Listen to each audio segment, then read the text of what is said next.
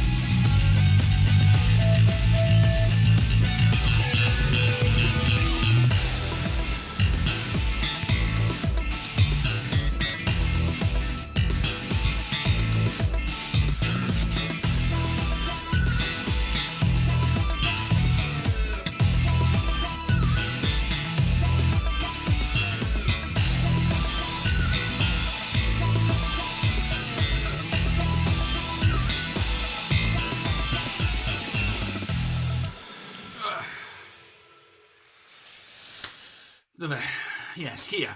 Hello, fellow crafters. Second round on this fighting arena. I hope this will end good, okay? Yeah.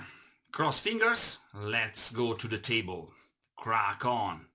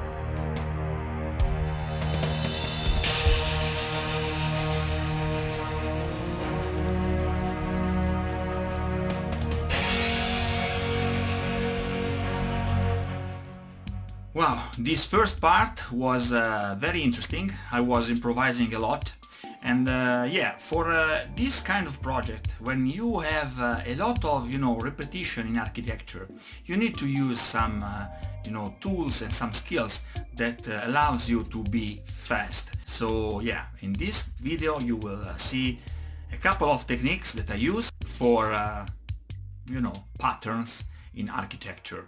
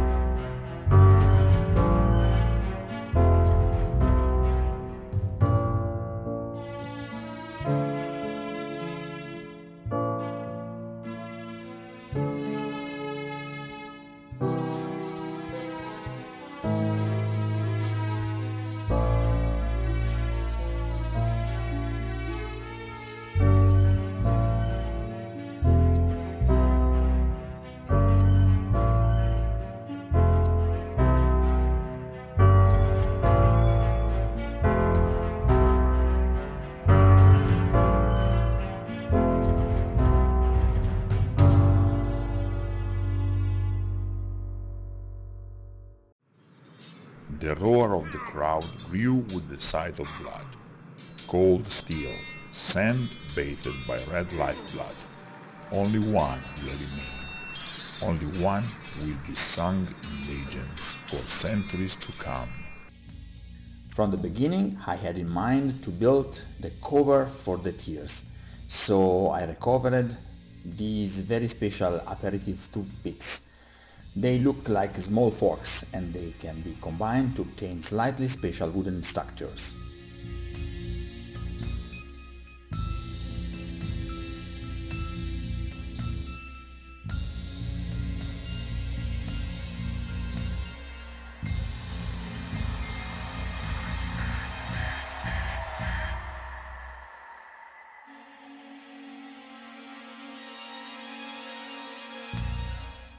For the sand of the arena, I first sprinkled the soil with a little diluted PVA glue, and then I used my sieve to get a very fine powder starting from my brown sawdust.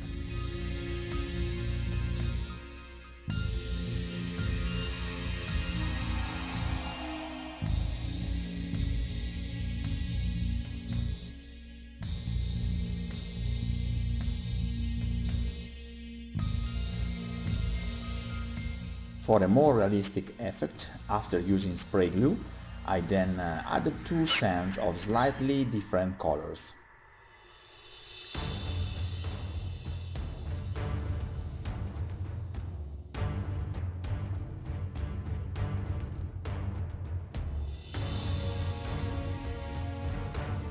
I then easily created the balcony of the authorities, building it with foam.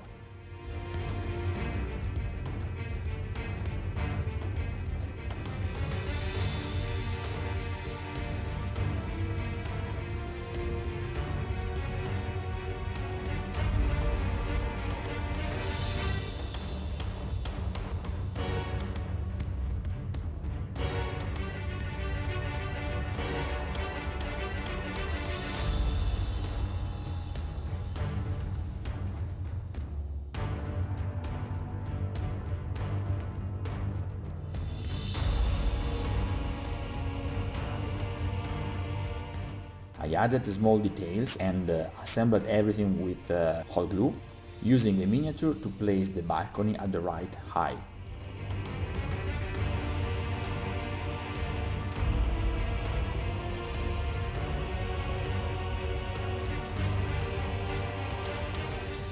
I then created a support for the wooden ladder and I built a ladder in a simple way.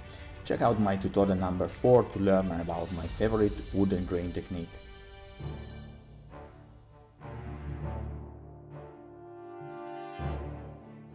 I then completed the top of the walls with individual bricks, glued one by one all around the arena.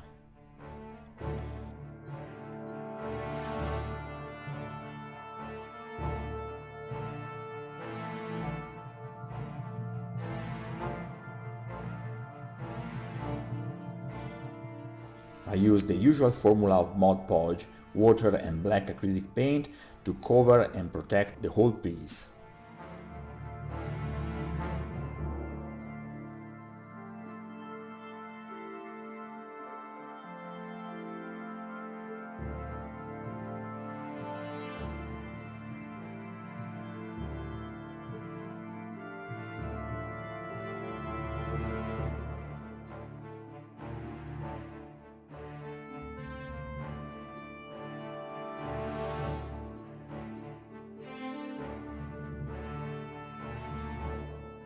Once dry, I used my airbrush for all the wooden parts, the stucco and brick shades, and for a general blending effect of the piece. I'm just saying one thing, it wasn't easy with such a large piece.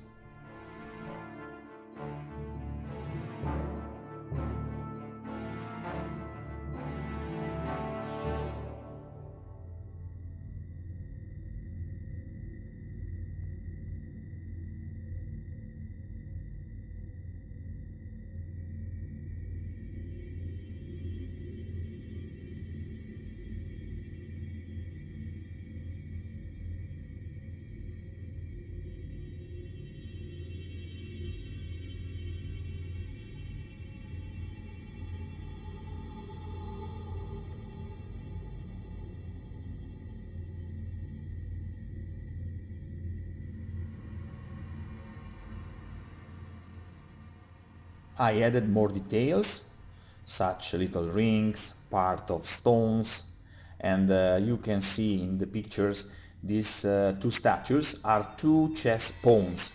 I used this twine with a very interesting texture, passing it through the slots of the wooden forks.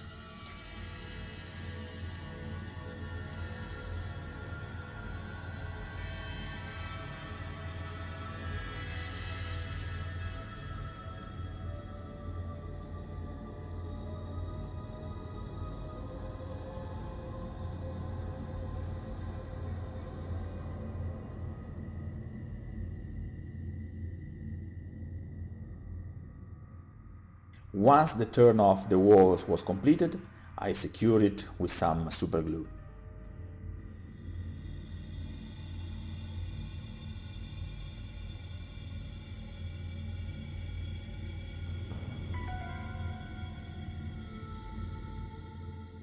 At this point, the roofing sheath. I used toilet paper, resting it on the scaffolding and then impregnating it with the small tabs with the usual dark grey Mod Podge.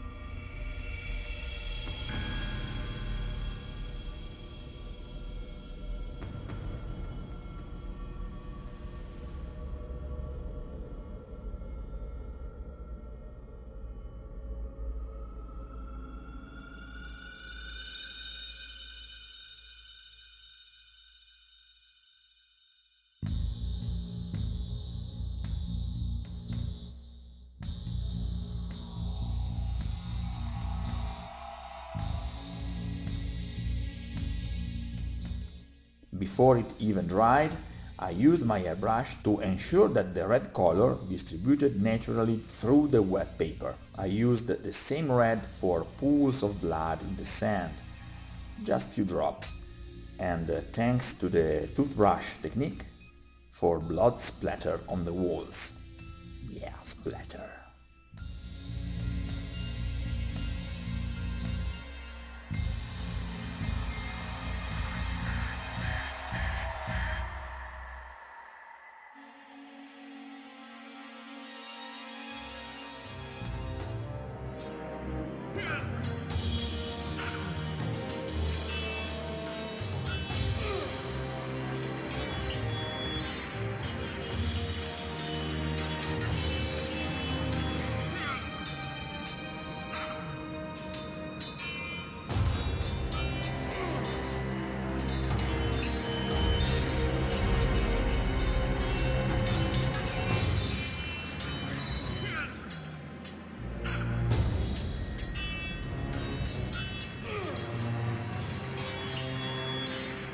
Magnificent.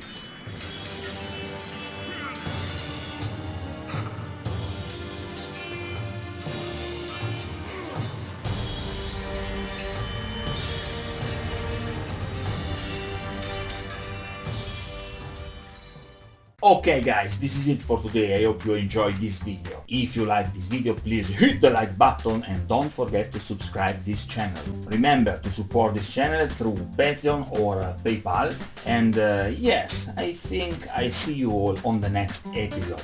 Till next time, happy crafting!